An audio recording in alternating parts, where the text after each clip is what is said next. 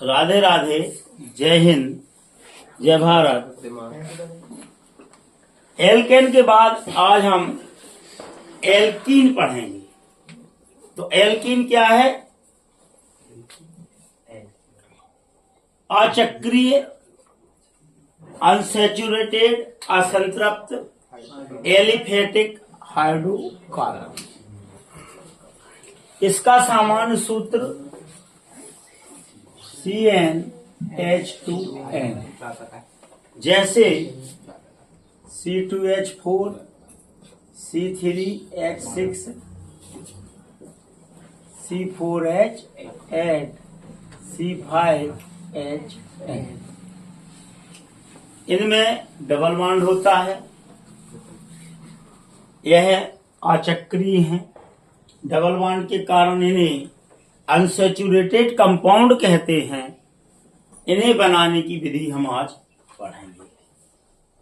तो एल्कोहल के निर्जलीकरण से, प्रश्न समझो, एल्कोहल के डिहाइड्रेशन से, डिहाइड्रेशन ऑफ एल्कोहल या एल्कोहलों के निर्जलीकरण से। तो आप ध्यान दें, एथिल एल्कोहल है CH2OH, एथिल एल्कोहल, ठीक है ना। अब एल्कोहल का निर्जलीकरण मतलब जल का मॉलिक्यूल हमको निकालना है। अगर आप नाराज ना हो तो यहाँ एक H निकाल सकते हैं क्या हम? मतलब तो एक ही है ना। जब हम कंसंट्रेट H2SO4 की उपस्थिति में यह अभिक्रिया कराते हैं, गर्म करते हैं, तो निर्जलीकरण जल का मॉलिक्यूल निकाल लो। तो यहाँ प्लस H2O, शेष क्या बचेगा? CH2 double bond CH2। ये बॉन्ड टूट कर यहाँ बना देगा डबल। तो एथिल एल्कोहल से एथीन बन जाएगा। क्या बन जाएगा? और ये बनाना है हमको, एल्कीन बनाने की विधि। तो पहली रिएक्शन समझ में आई, एल्कोहल के निर्जलीकरण से। प्रोपिल एल्कोहल लेंगे तो प्रोपीन बनेगा, ब्यूटिल एल्कोहल लेंगे तो ब्यूटीन बनेगा। तो हमें छोटे से छोटा एल्कोहल लेना है। लेकिन मेथिल एल्कोहल क्यों नहीं लेंगे? क्योंकि मेथिल एल्कोहल में केवल एक कार्बन होता है, तो वहां पर डबल बॉन्ड नहीं लगाया जा सकता। इसीलिए हमें सेकंड मतलब एथिल एल्कोहल लेना पड़ेगा। दूसरा है एल्किल हैलाइड के बी हाइड्रोजनीकरण। एल्किल हैलाइड, हैलाइड मतलब क्लोरीन ब्रोमीन आयोडीन। एल्किल मतलब मेथिल, एथिल, प्रोपिल, ब्यूटिल। तो यहां भी मेथिल नहीं लेंगे, क्या लेंगे हम? Ethyl. CH3 CH2 Cl plus. फिर नाराज मत भइयो, एक H निकाल देना। अब Cl निकालना है तो जहां हमें लेना होगा KOH। KOH कौन सा? एल्कोहलिक, एल्कोहल में घुलकर। यहां से निकल जाएगा KCl, निकल गया। और यहां से निकलेगा H2O। आल लगी समझ में तुम? बन का गया एथीन।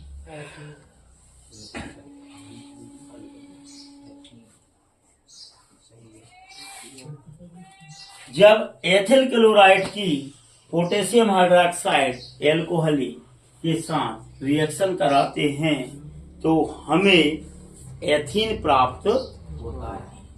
तो पहली कौन सी थी मेथड? Ethyl alcohol.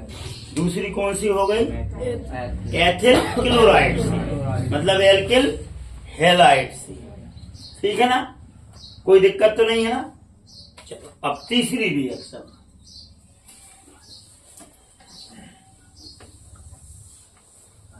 तीसरी रिएक्शन में विसनल डाई हैलाइडों से, डाई हैलाइड जहां लिया था हमने सिंगल हैलाइड, अब पहले हैं हम dihalide, CH2 single bond CH2 Br dibromoethane, dibromoethane. अब यहां से हमें ब्रोमीन निकालना है, तो हम काय के साथ कर रहे हैं, जिंक के साथ। जिंक की वैलेंसी कितनी है, 2। तो जब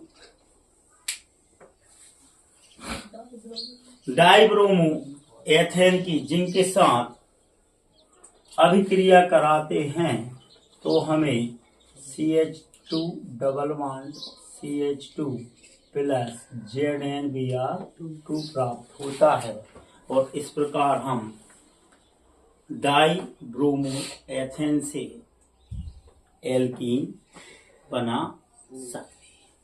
ये हो गई आपकी कौन सी रिएक्शन, तीसरी। चौथी अभिक्रिया, जैसे वहां थी ना कोलवे, जैसे यहां भी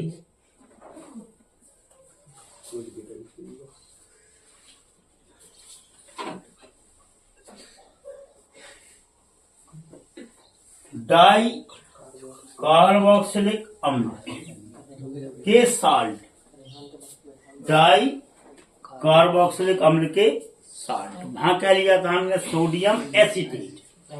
अब यहाँ पर लेंगे सोडियम का साल्ट, ते में 2 कार्बन रहे, अब वहां सिंगल से काम नहीं चलेगा, तो हम CH3 की जगह CH2COONA फाइनल,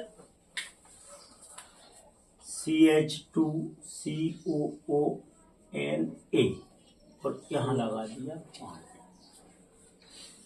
सोडियम का साल्ट।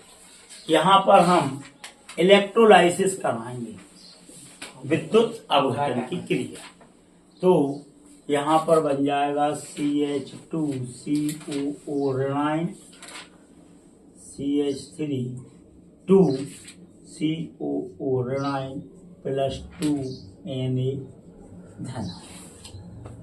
वहां पे हमने क्या लिया था, जब एल्केन बना रहे थे CH3, और यहाँ पर क्या ले लिया, 2 कार्बन वाले साल्ट। 2 कार्बन वाले साल्ट क्यों लेंगे, क्योंकि हमको डबल बॉन्ड लगाना है। अब ये सोडियम कैथोड पर 2 इलेक्ट्रॉन जो जेवा लेना, क्या कर लेगा, ग्रहण।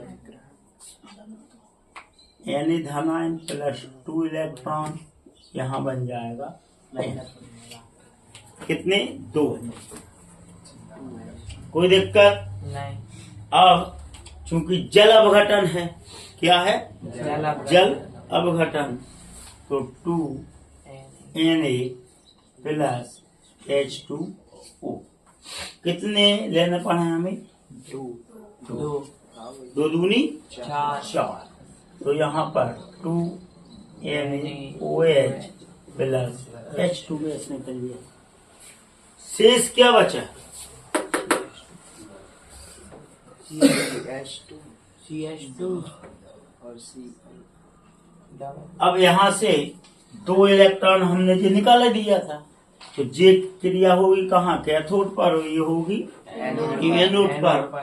तो CH2COO CH2COO ऋणायन जी माइनस 2 इलेक्ट्रॉन यहाँ से निकल जाएंगे, तो ये शेष बचेगा CH2COO और ये हाइड्रोलाइसिस की क्रिया करके डी कार्बोक्सिलीकरण होकर क्या निकल जाएगा, CH2 double bond CH2 double bond CH2 plus 2CO2। भाषम में सिंगल सिंगल थे ये सब, जब एल्केन बना रहे थे, जब एक Na निकला था और एक कार्बन डाइऑक्साइड और एक NaOH। अब चूंकि यहां पे क्या है, डाई, क्योंकि 2 कार्बन लिए हैं, क्योंकि 2 कार्बन के साथ ही अनसैचुरेटेड हाइड्रोकार्बन एथीन प्राप्त होगा। इसे अगर एक साथ करें तो अपन सीधी सीधी अभिक्रिया करके एथीन बना दो, 2 कार्बन डाइऑक्साइड निकाल दो, 2 NaOH निकाल दो और 2 कार्बन डाइऑक्साइड और 2 हाइड्रोजन, और इस प्रकार कोलवे अभिक्रिया संपन्न हो जाएगी।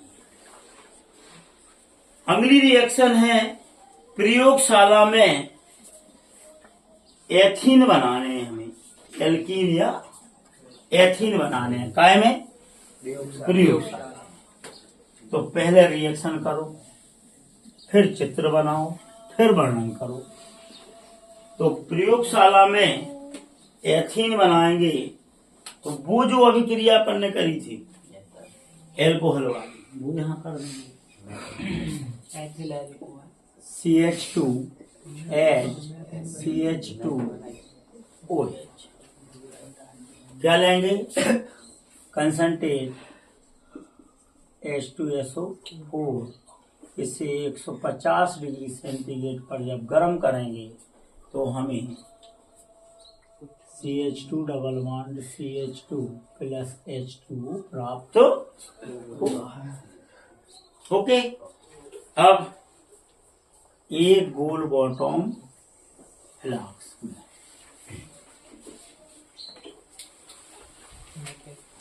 रेत ऊष्मक, सेंट ऊष्मक, यहाँ रेत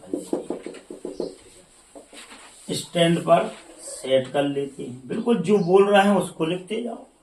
एक गोल पेंदी के फ्लास्क में सेंट ऊष्मक या रेत ऊष्मक में रखकर इसमें कीप के द्वारा एथिल एल्कोहल और कंसंट्रेट H2SO4 डालते हैं और बर्नल के द्वारा इसमें लगा देते हैं, आग गरम करते हैं। तो गरम करने पर यह एथिल एल्कोहल किसमें चेंज होगा,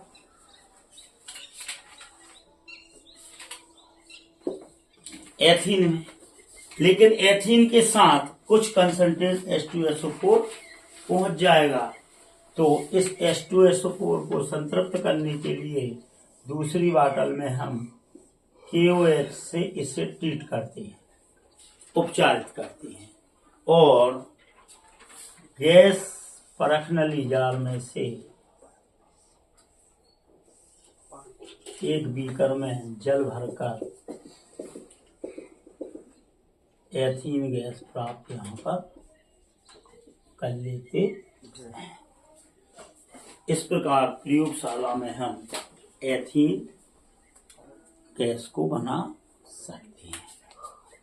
गोल पेंदी के फ्लास्क में सेंट ऊष्मक के साथ बर्नल के द्वारा जब गर्म करते हैं तो कीप के द्वारा गोल बॉटम फ्लास्क में या गोल पेंदी के फ्लास्क में एथिल एल्कोहल और कंसंट्रेट H2SO4 को डालकर जब इसे गर्म करते हैं तो एथीन में चेंज होता है। ये पात्र है। ए पात्र में से फिर बी पात्र में KOH के साथ इसे उपचारित करते हैं और उपचारित करने पर एथीन को एक फ्लास्क में टेस्ट ट्यूब में एथीन गैस को एकत्रित कर लेते हैं। ये हो गया इसका वर्णन। तो आज हमने एथीन बनाने या अनसैचुरेटेड हाइड्रोकार्बन अचक्रीय असंतृप्त हाइड्रोकार्बन बनाने की मेथड पढ़ी। राधे राधे, जय हिंद।